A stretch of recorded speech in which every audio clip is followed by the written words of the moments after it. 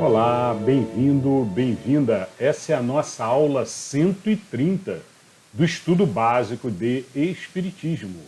Nessa sequência de vídeos, nós fazemos então o estudo inicial da doutrina espírita, como é feita na maioria das grandes casas espíritas que tem escola, que tem um centro de estudo.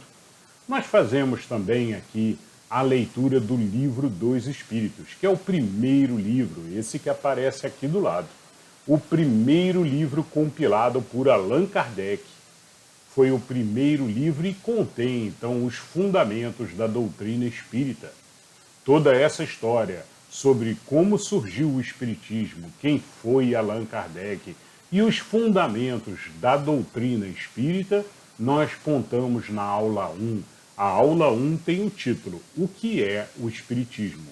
Então, se você está iniciando agora, não conhece bem, já ouviu falar, mas não sabe nem o que é o Espiritismo, vale muito a pena começar pela aula 1 e assistir, então, o que é o Espiritismo. Depois nós viemos na aula 2, falamos sobre Evangelho no Lar, explicamos o que é fazer o Evangelho no Lar e para que serve, e damos algumas dicas, algumas sugestões. Não existem regras, mas é muito bom fazer o Evangelho na sua casa, melhorar a vibração de todos, da sua própria casa, e recomendamos muito. Falamos então sobre Evangelho no Lar na aula 2.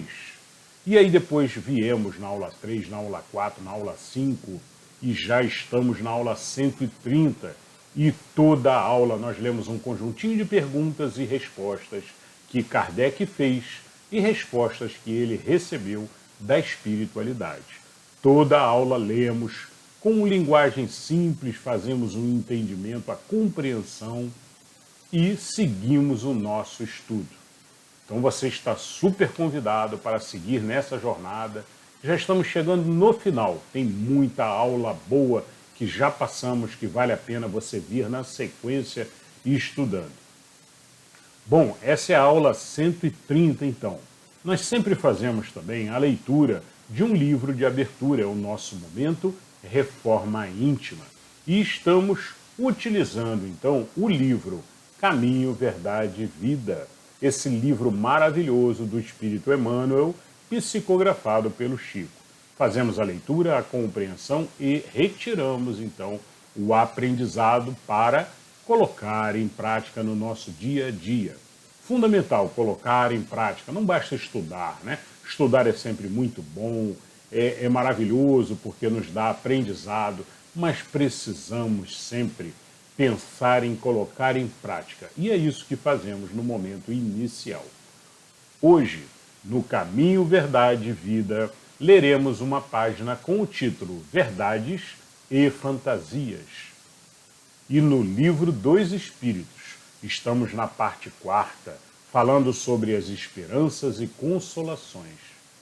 Capítulo 2, dentro da parte 4ª, falando sobre as penas e gozos futuros no mundo espiritual. E dentro desse capítulo 2 estamos no título Duração das Penas Futuras. Muito bem, bora lá então. Começamos pela leitura do Caminho, Verdade e Vida de hoje, que tem o título Verdades e Fantasias. E o Caminho, Verdade e Vida sempre inicia com um versículo. O versículo de hoje nos diz: Mas por que vos digo a verdade, não me credes? Jesus está em João, capítulo 8, versículo 45. E agora a explicação de Emmanuel. O mundo sempre distingue ruidosamente os expositores de fantasias. É comum observar-se quase em toda parte a vitória dos homens palavrosos que prometem milagres e maravilhas. Esses merecem das criaturas grande crédito. Basta encobrirem a enfermidade, a fraqueza, a ignorância ou o defeito dos homens para receberem acatamento. Não acontece o mesmo aos cultivadores da verdade, por mais simples que esta seja, através de todos os tempos, Para esses últimos, a sociedade reservou a fogueira, o veneno, a cruz, a punição implacável.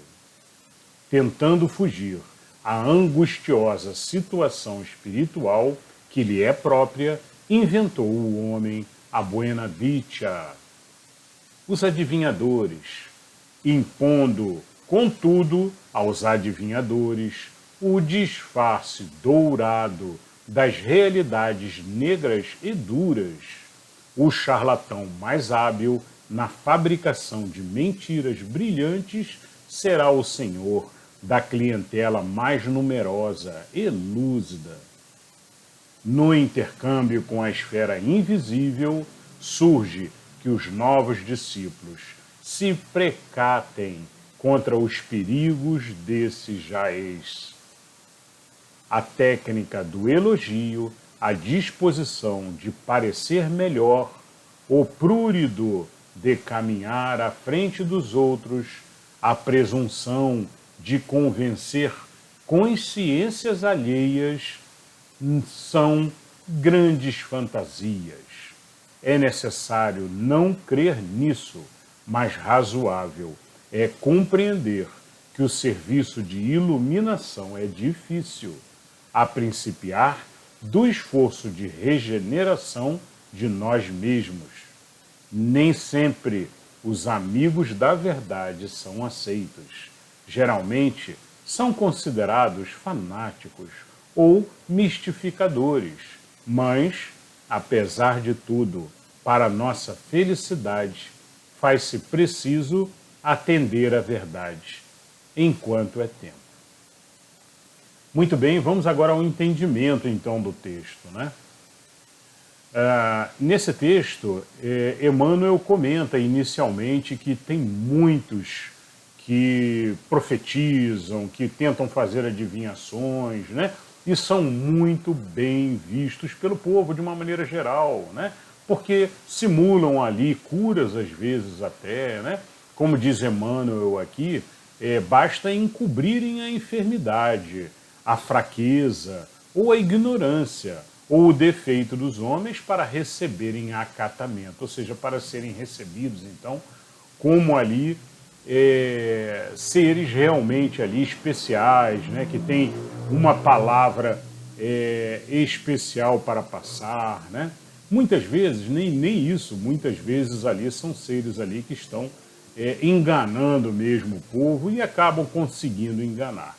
E aí comenta Emmanuel, enquanto isso, todos os que foram os verdadeiros cultivadores da verdade, que trouxeram a mensagem de Jesus como verdade, tiveram então sempre, através de todos os tempos, a sociedade reservou fogueira, queimaram, né, o veneno, a cruz e a punição implacável, né? E isso e Jesus cita aqui com relação aos apóstolos, mas com relação a diversos outros sábios que trouxeram verdades e que a ignorância da sociedade ou dos poderes clérigos da época fizeram então torturas em nome do poder.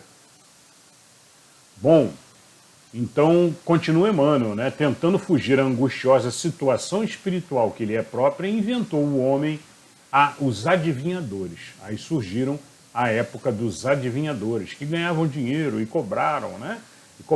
Eram verdadeiros charlatões, a maioria deles, né? E que enganavam para fazer adivinhações. E falavam, então, muitas vezes o que a pessoa queria ouvir, né? Bom, o charlatão mais hábil na fabricação de mentiras brilhantes será o senhor da clientela mais numerosa, como diz aqui Emmanuel, né? Então, quer dizer, aquele que for o maior charlatão e mais hábil nas mentiras, né, falando o que a pessoa quer ouvir e tal, esse terá a maior clientela. E foi assim por muito tempo, né? Bom, no intercâmbio com a esfera invisível, ou seja, com o mundo espiritual, comenta Emmanuel, surge os novos discípulos que se precatem contra os perigos desse caminho. né, que é justamente, olha, é necessário que os verdadeiros médiuns que conseguem fazer um intercâmbio com o mundo espiritual se afastem desse caminho de adivinhações, de percepções mágicas, né, e coisas desse tipo, e façam um trabalho, acima de tudo, de caridade, sem cobrar nunca, né? Nunca. A gente já falou sobre isso outros vídeos aqui no canal também, que olha, no mundo espírita não se permite cobrar por nenhum tipo de serviço espiritual. Então você vai fazer um serviço espiritual, você não pode cobrar por aquele serviço. Isso não é correto, isso não é moral perante Deus, e por isso o Espiritismo não cobra nenhum tipo de assistência mediúnica, passes e coisas desse tipo. Qualquer tipo de tratamento espiritual, passes energéticos, nada disso se cobra, né? Então é isso que Emmanuel comenta. A técnica do elogio, a disposição de parecer melhor, o prurido de caminhar à frente dos outros, a presunção de converter consciências alheias são grandes fantasias. É necessário não crer nisso, mas razoável é compreender que o serviço de iluminação é difícil, a principiar do esforço de regeneração de nós mesmos. Então, chama atenção Emmanuel aqui, como nós lemos há 2 aulas atrás sobre o Mãos Limpas, né? É importante que quem esteja nesse caminho do bem, nesse caminho de replicando as palavras de Jesus, esteja acima de tudo com as mãos limpas, ou seja, o que quis dizer Jesus com as mãos limpas? Quis dizer que nós tenhamos que primeiramente fazer a nossa reforma íntima, passar por um processo de estudo, sim, estudo, mas acima de tudo, de retidão, nos colocando em retidão, em constante caminho do bem, escolhendo as escolhas do bem e fazendo caridade, bondade por onde andar, né? É muito importante que a pessoa que esteja realmente propagando o bem, passando adiante o bem, esteja praticando o bem. E tudo começa no interior do ser. É isso que chama atenção aqui Emmanuel, né? Se a gente não fizer primeiro a nossa própria reforma íntima, você que vai amanhã ou depois falar sobre a caridade, sobre o bem, falar sobre o espiritismo, ou até fazer o bem a outras pessoas, é importante, inicialmente, fazer então a sua reforma íntima. Bom, e aí para finalizar, Emmanuel comenta, nem sempre os amigos da verdade são aceitos. Geralmente, ou seja, nem sempre as pessoas que estão ali falando a verdade, falando sobre Jesus, sobre o caminho do bem, são aceitos. É até muito comum de serem feitos chacotas, feitos deboches, os espíritos malignos estão por aí. Sabemos que vivemos num planeta de provas e expiações, onde o mal é a maioria. Num planeta de provas e expiações, o mal é a maioria e, infelizmente, estamos gradualmente mudando o estado do nosso planeta, mas ainda faltam muitos e muitos anos pela frente. Mas gradativamente vamos conseguir. E vamos chegar num estágio de um planeta onde o bem começa aos pouquinhos a superar o mal. A quantidade de pessoas que fazem o bem vão estar superando a quantidade de pessoas que estarão vibrando no mal. Né? Hoje em dia não. Hoje em dia o difícil de uma pessoa propagar a mensagem do bem é que a quantidade de pessoas vibrando mal é muito grande. Mas a verdade sempre vence, como disse Jesus, né? Nem sempre os amigos da verdade são aceitos. Geralmente são considerados fanáticos ou mistificadores, como diz Emmanuel aqui. Mas, apesar de tudo, para a nossa felicidade, faz-se preciso atender à verdade, enquanto é tempo. Ou seja, precisamos, apesar de tudo isso, de todas essas dificuldades que sabemos que temos pela frente, mas é importante fazermos a nossa parte, seguirmos em frente, em retidão e divulgando constantemente a mensagem de Jesus e servindo, acima de tudo, servindo como exemplo para as outras pessoas, mesmo que elas olhem de longe, olhando de longe, sem seguir, mas olhando de longe, verão o exemplo do bem em retidão constante. Então é isso. Nessa jornada, perde-se amigos. Muitas vezes é comum, perde-se amigos que não querem vir na jornada, que se afastam de você porque você virou chato. Se afastam de um outro amigo porque ele só quer falar de Jesus. Aí se afastam. São pessoas que ainda estão muito arraizadas à matéria, muito apegadas à matéria, aos prazeres da matéria. E aí não conseguem compreender ainda o caminho do bem. Mas, mais cedo ou mais tarde, vão perceber e vão vir também atrás. E aí é o momento em que voltam a se encontrar. E você aí pode, então, estar ajudando e muito aos seus amigos, ajudando-os a seguir a mesma trilha, a mesma senda de Jesus. Muito bem, então essa foi o texto de hoje, falando sobre verdades e fantasias, né? Temos que saber diferenciar bem de tudo que a gente ouve na internet constantemente. Não são, às vezes, palavras bonitas, um texto antigo, olha, esse texto tem mais de 5.000 anos, temos que acreditar nele, né? Sempre pare e utilize o seu racional, a sua razão noética, né? Realmente esse texto é profundo, ele tem realmente verdades, ou não? Ou é uma mera fantasia de um povo antigo, talvez, que talvez naquela época precisasse dessa fantasia. Talvez essa fantasia antiga fosse bom para aquele povo de antigamente. Talvez tudo tem o seu tempo dentro do processo de evolução. Já lemos sobre isso, já falamos sobre isso também em aulas passadas. Então é isso. A mensagem de hoje, o grande aprendizado é esse. É saber diferenciar bem verdades e fantasias e sempre nos colocar à disposição de Deus, à disposição de Jesus, para divulgar e passar adiante a mensagem de Jesus constantemente.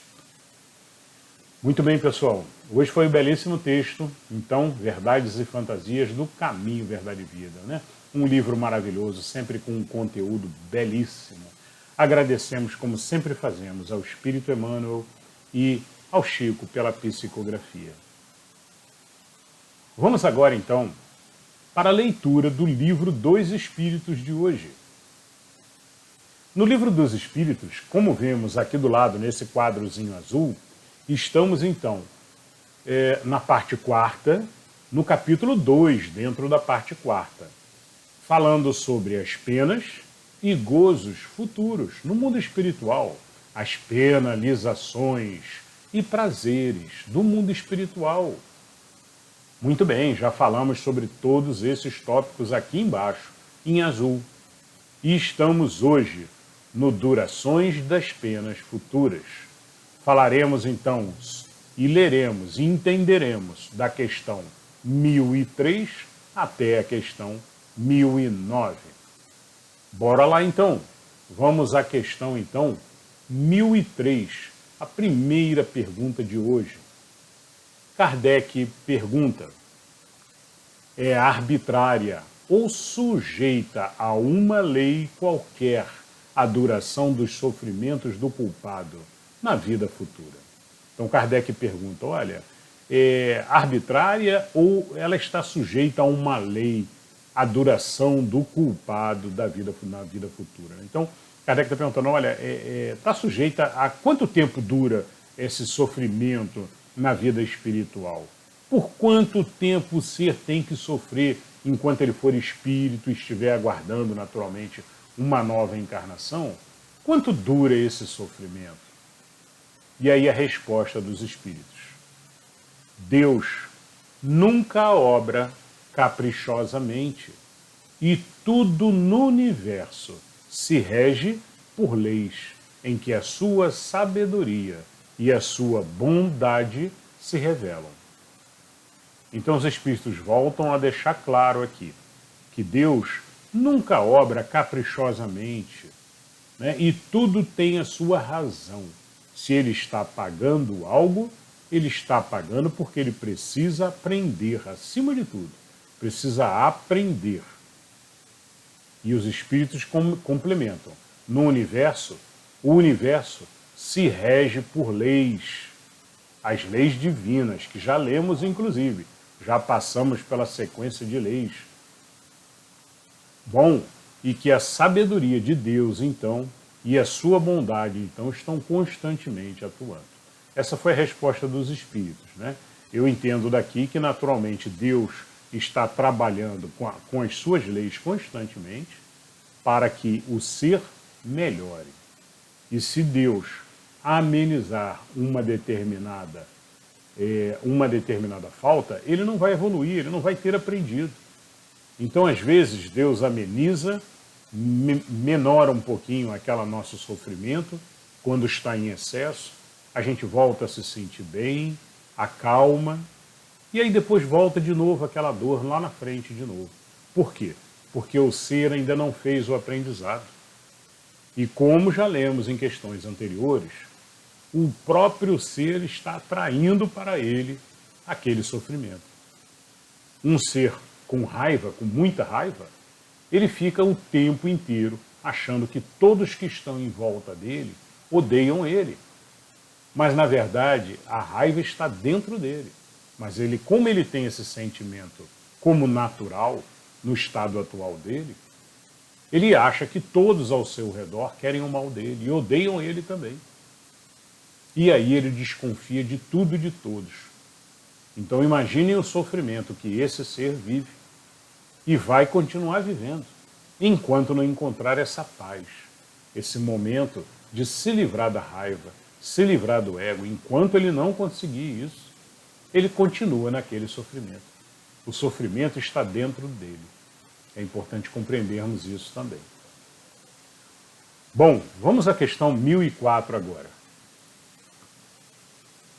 Pergunta de Kardec. Em que se baseia a duração dos sofrimentos do culpado? Então Kardec refez de uma outra forma a 1003, né?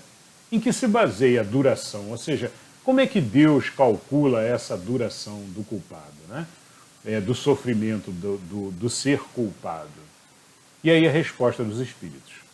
No tempo necessário a que se melhore.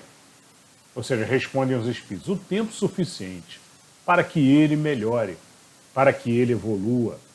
Continua. Sendo o estado de sofrimento ou de felicidade proporcionado ao grau de purificação do espírito. A duração e a natureza de seus sofrimentos dependem do tempo que ele gaste em melhorar-se. À medida que progride e que os sentimentos se lhe depuram, seus sofrimentos diminuem e mudam de natureza. Olha que beleza de resposta, exatamente igual ao que comentamos antes na 1003. Né? Então, quer dizer, enquanto o sentimento do ser continuar sendo um sentimento de raiva, de ódio, né? Ele não consegue se sentir bem e fica sofrendo. E vai continuar sofrendo, porque é um ser que carrega com ele esse sentimento dentro dele. Então é aquela frase de que temos que encontrar a nossa paz interior, né? Significa isso, significa o ser se livrar do ego, o ser se livrar do ódio, da raiva, de todos esses vícios que carregamos, né? E que levamos para o mundo espiritual, porque é um vício que está dentro da nossa consciência, né? A raiva, o ódio, esses sentimentos todos nós levamos quando vamos para o mundo espiritual. Se o ser estiver nesse tipo de vibração, se o ser estiver permitindo esse tipo de vibração, esse tipo de pensamento constante, né? Quando o ser consegue então se livrar disso, olha, eu não odeio mais ninguém, retiro essa palavra da minha vida, eu não odeio. Eu posso ter pequenos desacordos, posso não concordar com muitas palavras ou situações de outros seres, mas odiar? Não. Odiar não, é um sentimento muito angustiante, forte demais, né? Raiva também, tiremos fora, raiva, tudo isso. É a compreensão de que estamos todos evoluindo e podemos errar. Nós erramos, eles erram, todos erram. É normal. Aceite isso. E nessa visão espírita, seguimos então juntos, aprendendo. Corrigindo, às vezes ajudando um, ajudando o outro, mas corrigindo, aceitando e evoluindo. Essa foi a questão 1004. Vamos para a questão 1005. Pergunta de Kardec. Ao espírito sofredor, o tempo se afigura tão ou menos longo do que quando estava vivo? Então Kardec está perguntando, para o espírito que está sofrendo lá na espiritualidade, né, o tempo de sofrimento é mais ou menos longo ao tempo que estava vivo? Né, é mais ou menos igual uma encarnação, por exemplo? Né? E aí os espíritos respondem, parece-lhe mais longo. Para ele não existe o sono. Só para os espíritos que já chegaram a certo grau de purificação, o tempo, por assim dizer, se apaga diante do infinito. Muito bem, então vejam que os espíritos comentam que, olha, para o espírito que está desencarnado, o tempo parece mais longo, muito mais longo do que uma encarnação, porque ele não tem sono, não dorme, como nós aqui na matéria, que temos nosso momento de descanso, nosso momento de playground, né, de brincadeira, que vamos para o mundo espiritual em sono, né? Durante o nosso período de sonho, descansamos, vamos para o mundo espiritual, participamos de estudo, e aí voltamos novamente no dia seguinte. O espírito que está desencarnado não tem sono, então parece que dura muito mais esse sofrimento. Bom, e aí os espíritos comentam, e quando o ser então chega num estágio de um espírito realmente elevado, e aí o tempo parece que se apaga diante do infinito, ou seja, que corre muito rápido, porque é um ser que está trabalhando constantemente. Né? Já falamos sobre isso anteriormente. Não viramos anjinhos e vamos ficar na nuvem tocando harpa. Não, não. Né? O espírito, quanto mais elevado, mais ele trabalha, e trabalha para Deus, sempre, sempre, sob a regência de Deus, numa hierarquia de acordo com o nível espiritual e com o que ele possa assumir de responsabilidade. Estamos constantemente trabalhando para ajudar, para colaborar com os encarnados, para ajudar também aos que estão desencarnados. Então existem diversas funções no mundo espiritual e conforme ocorre essa elevação, as funções então são distribuídas, né, conforme a sua responsabilidade, conforme com o que você pode assumir de responsabilidade, de acordo com o seu nível. Naturalmente, para ser um mentor, para ser um espírito protetor, tem que ser um espírito muito elevado. Tem que ser um espírito que já passou por muitas encarnações e hoje distingue muito bem o certo do errado, o bem e o mal. E consegue, então, fazer de forma consciente e assertiva a definição do que é certo e do que é errado para poder estar orientando, através de inspirações aos seus orientados, aos seus que estão sobre o seu apoio. Muito bem, pessoal, essa foi a 1005. Vamos agora à questão 1006 do Livro dos Espíritos. Pergunta de Kardec. Poderão durar eternamente os sofrimentos do espírito? Pergunta Kardec. Resposta dos espíritos. Poderiam, se ele pudesse ser eternamente mau, isto é, se jamais se arrependesse e melhorasse, sofreria eternamente. Mas Deus não criou os seres, tendo por destino permanecerem voltados perpetuamente para o mal. Apenas os criou a todos, simples e ignorantes, tendo todos, no entanto, que progredir em tempo mais ou menos longo, conforme decorrer da vontade de cada um. Mais ou menos tardia pode ser a vontade, do mesmo modo que há crianças mais ou menos precoces, porém, cedo ou tarde, ela aparece por efeito da irresistível necessidade que o espírito sente de sair da inferioridade e de se tornar feliz. Eminentemente sábia, a magnânima é, pois, a lei que rege a duração das penas, porquanto subordina essa duração aos esforços do espírito. Jamais o priva do seu livre-arbítrio. Se deste faz ele mau uso, sofre as consequências. Muito bem, então voltam os espíritos aqui a comentar. Olha, Kardec perguntou, poderão durar eternamente? Os espíritos respondem, sim, pode ser que dure. Durariam se os espíritos fossem eternamente maus, mas não são. E aí reforçam os espíritos, Deus é bondoso, é misericordioso, trabalha sempre para o bem e para nos ajudar no nosso processo de aprendizado e evolução, como espíritos bondosos, e vamos crescendo nesse caminho constantemente. Porém, existem as leis divinas que foram criadas para o nosso aprendizado constante, progresso constante e evolução. Então, Deus não criou um ser mal que vai ser sempre mal. Não, não existe isso. Imagina criar um ser diabólico que vai ser sempre ali diabólico, eternamente mal. Não, que Deus faria isso?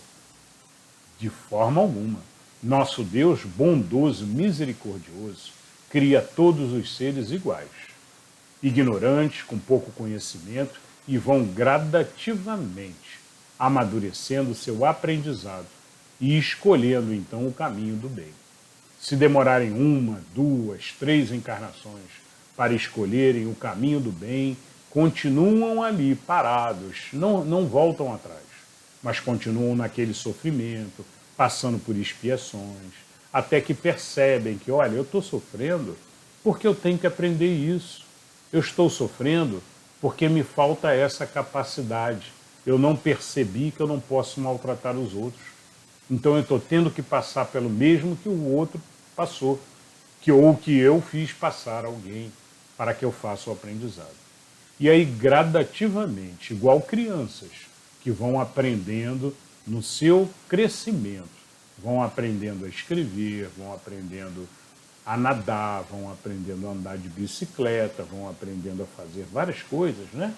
No seu dia a dia, igual essas crianças, nós vamos evoluindo e aprendendo a lidar com a matéria, a não ter apego exagerados pela matéria, a cada vez mais nos distanciarmos desses prazeres materiais. Vamos percebendo que o caminho do bem e retidão é o que nos dá, então, o crescimento e a evolução. Vamos percebendo que temos livre-arbítrio e que esse livre-arbítrio é nosso, não devemos nunca, nunca nos apoiar ou seguir outros que não seja por decisão própria. Acima de tudo, temos que fazer a nossa própria decisão. Não é porque está escrito num livro ou porque alguém disse que esse é o melhor caminho. Não. Acima de tudo, Deus nos dá o livre-arbítrio e precisamos parar, pensar, silenciar, acalmar e aí receber da nossa grande intuição, da nossa grande inteligência espiritual, a confirmação, se é esse o caminho ou não. E aí tomamos a nossa decisão. Mas nunca, nunca ir atrás da sociedade ou fazer porque está todo mundo fazendo. Ah, eu vou nesse caminho porque todo mundo vai, então deve ser bom. Não, num planeta de provas e expiações, onde a maioria erra, a gente não pode seguir a maioria. A gente tem que parar sempre e pensar. Será que isso está no Evangelho de Jesus? Será que isso faz o bem a todos? E aí a gente toma a nossa decisão. Muito bem, pessoal, essa foi a 1006.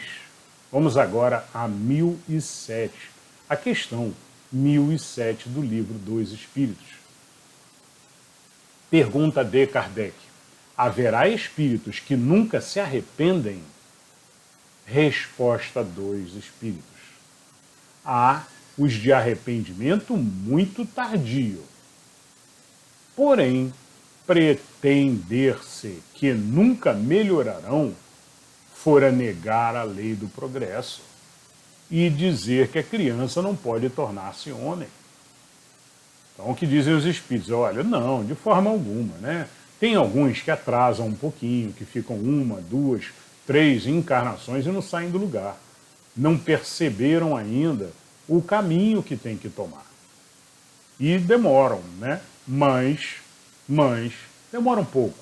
Mas aos pouquinhos vão percebendo e vão amadurecendo como espíritos, né?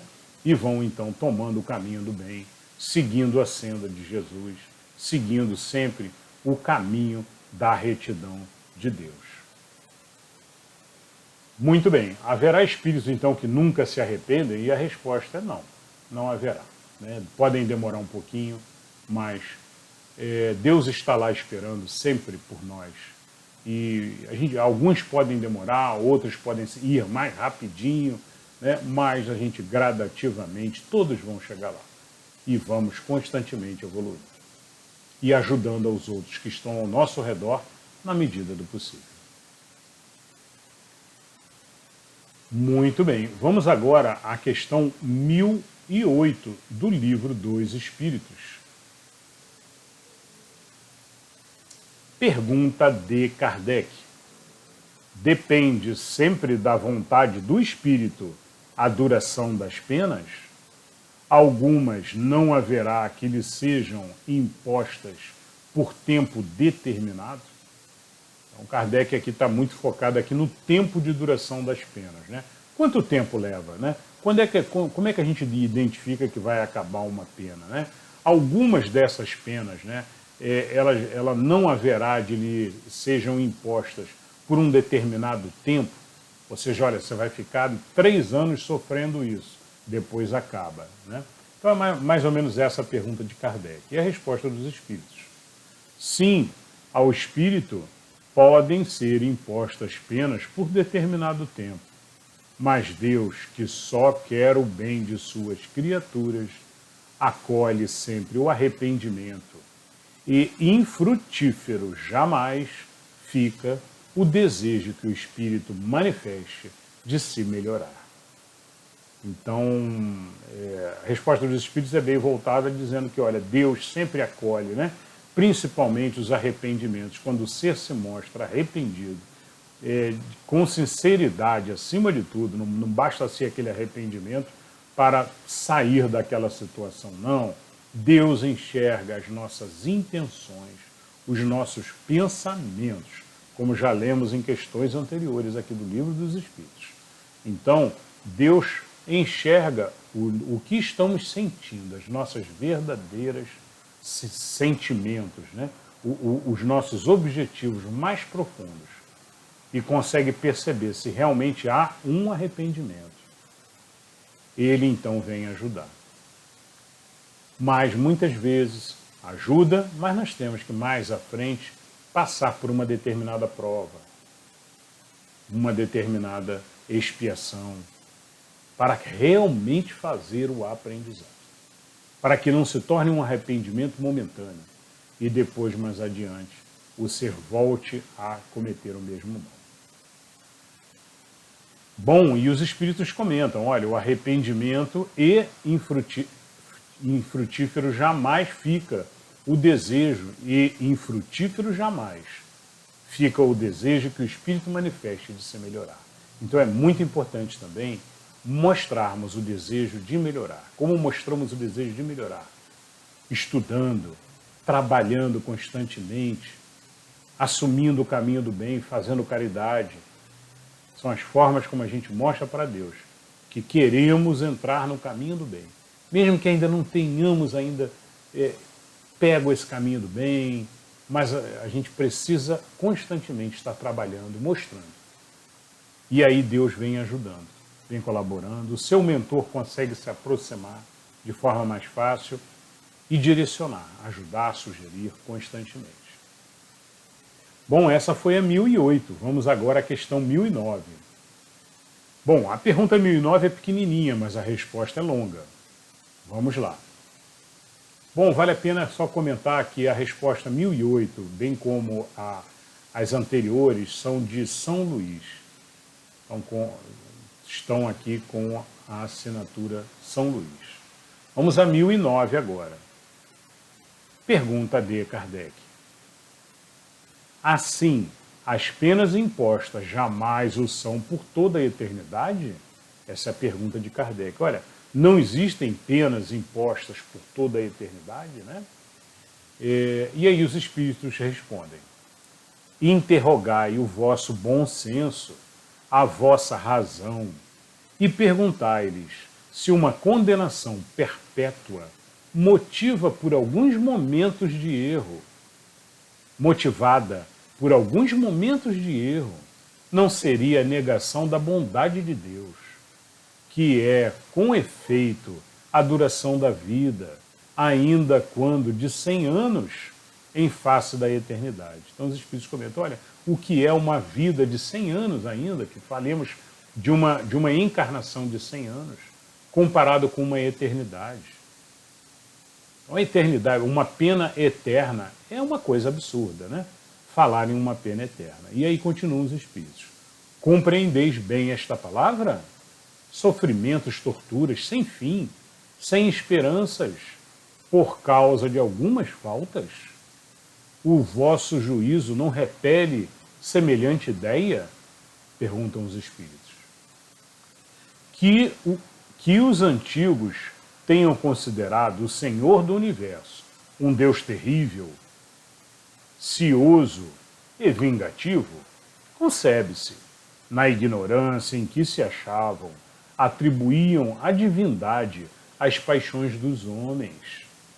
Esse, todavia, não é o Deus dos cristãos, que classifica como virtudes primordiais o amor, a caridade, a misericórdia, o esquecimento das ofensas. Poderia ele carecer das qualidades cuja posse prescreve, como um dever, às suas criaturas? Não haverá contradição se lhe atribuir a bondade infinita e a vingança também infinita? Dizeis que, acima de tudo, ele é justo e que o homem não lhe compreende a justiça. Mas a justiça não exclui a bondade, e ele não seria bom se condenasse a eternas e horríveis penas a maioria das criaturas. Teria o direito de fazer da justiça uma obrigação para os seus filhos. Se lhes não desse meio de compreendê-la, aliás, no fazer que a duração das penas dependa dos esforços do culpado, não está toda a sublimidade da justiça, unidade, a bondade? Aí é que se encontra a verdade dessa sentença. A cada um segundo as suas obras. Muito bem. Então os Espíritos comentam aqui, olha, não existe uma pena eterna, né? Que Deus não seria bom se ele condenasse alguém a ter uma penalização eterna. É sempre necessário dar chance do indivíduo fazer o aprendizado, perceber que aquilo foi um erro e que ele precisa se corrigir. E aí vem as novas reencarnações. Uma nova encarnação, num novo processo de encarnação, para que ele faça sempre a compreensão do erro, sofrendo e percebendo aquele mal que ele provocou como é ruim. E essa é a maneira, na maioria das vezes, né, de que o indivíduo faz o aprendizado. E ele aí sente e aprende que não pode fazer aquilo. Bom, esse último texto está assinado por Santo Agostinho. Bom, e aí continuam aqui os Espíritos. É um texto mais longo um pouco, mas eu acho que vale a pena para a gente finalizar esse capítulo. É um texto bem longo, vamos ler aqui o próximo, que é bem interessante. Guerras de palavras, guerras de palavras. Ainda não basta o sangue que tendes feito correr. Será ainda preciso que se reacendam as fogueiras? Discutem sobre palavras, eternidade das penas, eternidade dos castigos. Ignorais então que o que hoje entendeis por eternidade não é o que os antigos entendiam e designavam por esse termo? Consulte o teólogo as fontes e lá descobrirá, como todos vós, que o texto hebreu não atribuía esta significação ao vocábulo que os gregos, os latinos e os modernos traduziram, por penas sem fim, irremessíveis. Eternidade dos castigos corresponde à eternidade do mal. Sim, enquanto existir o mal entre os homens, os castigos subsistirão. Importa que os textos sagrados se interpretem no sentido relativo. A eternidade das penas é, pois, relativa e não absoluta. Chegue o dia em que todos os homens, pelo arrependimento, se revistam da túnica da inocência, e desde esse dia deixará de haver gemidos e ranger de dentes. Limitada tendes, é certo, a vossa razão humana, porém, tal como a tendes, ela é uma dádiva de Deus. E, com o auxílio dessa razão, nenhum homem de boa fé haverá que de outra forma compreenda a eternidade dos castigos, pois que fora necessário admitir-se por eterno o mal. Somente Deus é eterno e não poderia ter criado o mal eterno. Do contrário, forçoso seria tirar-se-lhe o mais magnífico de todos os seus atributos, o soberano poder, porquanto não é soberanamente poderoso aquele que cria um elemento destruidor de suas obras. Humanidade, humanidade, não mergulheis mais os teus tristes olhares nas profundezas da terra, procurando aí os castigos. Chora, espera, expia e refugia-te na ideia de um Deus intrinsecamente bom, absolutamente poderoso, essencialmente justo. Assinado por Platão. Então, um belíssimo texto, né, que chama a atenção aqui, que nós temos que parar de ficar procurando aquela penalização eterna e no interior da terra, né, como diz aqui Platão, né, no interior das profundezas da terra, né, aquele inferno que tanto se fala, o inferno, né, que algumas religiões profetizam aí, que vai para o inferno, vai queimar no inferno, né? Seria no interior da terra. E justamente esse texto que eu acabei de ler é assinado por Platão. E ele diz justamente, olha, parem de procurar então os castigos, chora, espera, expia e refugia-te na ideia de um Deus intrinsecamente bom, absolutamente poderoso, essencialmente justo. Olha que palavras lindas, né? E é impressionante a gente ver a mudança da forma do texto, né? A forma de escrita modifica. A gente percebe que é uma outra personalidade escrevendo, né? E no caso aqui, Platão, o espírito de Platão, que passou essa mensagem então para os médiuns na época em que Kardec aqui formulou a questão 1009. Muito bem, hoje lemos então até a questão 1009. Na próxima aula continuamos então na questão 1010.